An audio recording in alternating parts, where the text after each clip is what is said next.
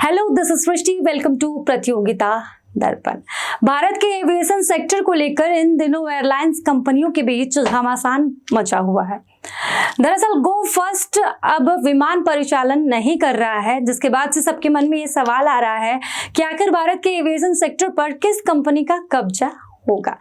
इसको ही लेकर इस वीडियो में हम चर्चा करने वाले हैं। सबसे पहले जानेंगे कि आखिर ये सुर्खियों में क्यों बना हुआ है, इसको लेकर चर्चा इतनी तेज क्यों है। देखिए, भारतीय घरेलू विमान बाजार में वर्तमान में दो प्रमुख कंपनियां इंडिगो और टाटा समूह एयरलाइंस का वर्चस्व हो गया है, जिनमें air India, Vistara, x connect शामिल है। आगे बढ़ेंगे। देखिए, यह स्थिति इस वजह से बन गई है क्योंकि गो फर्स्ट एयरलाइन अब विमान परिचालन नहीं कर रहा है।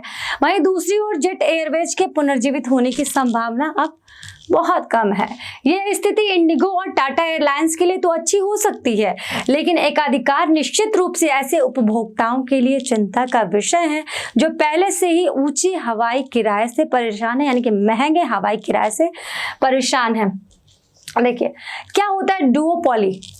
डुओपोली किसी देश के बाजार संरचना की वो स्थिति है जिसमें मात्र दो कंपनियां किसी विशेष वस्तु या सेवा के लिए पूरी तरह से या लगभग पूरी ही तरह से बाजार का नियंत्रण प्राप्त कर लेती हैं। डुओपोली अल्पाधिकार का एक रूप है जहां केवल दो कंपनियां बाजार पर हावी होती हैं, और मोनोपोली वो होता है जहां पर केवल एक कंपनी का एकाधिकार होता है। यह स्थिति दोनों कंपनियों को अधिकतम राजस्व एकत्र करने और साझा करने की अनुमति भी देता है।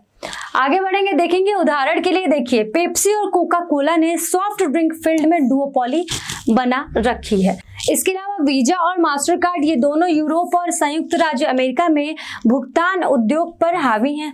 इसी प्रकार गूगल और मेटा ने 21वीं सदी के अधिकांश समय में डिजिटल विज्ञापन पर अपना दबदबा कायम रखा है। क्या है डुओपोली के फायदे? सबसे महत्वपूर्ण लाभ यह है कि अधिकतम लाभ और संग्रह के लिए केवल दो कंपनियों को सभी अवसर प्राप्त होते हैं।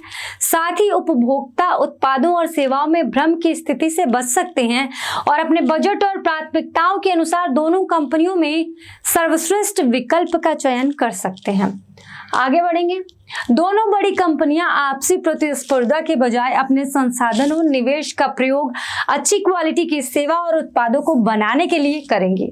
दोनों कंपनियों को लगातार आपसी प्रतिस्पर्धा में लगे रहने या व्यवधान पैदा करने वालों के बारे में चिंता करने की जरूरत नहीं है।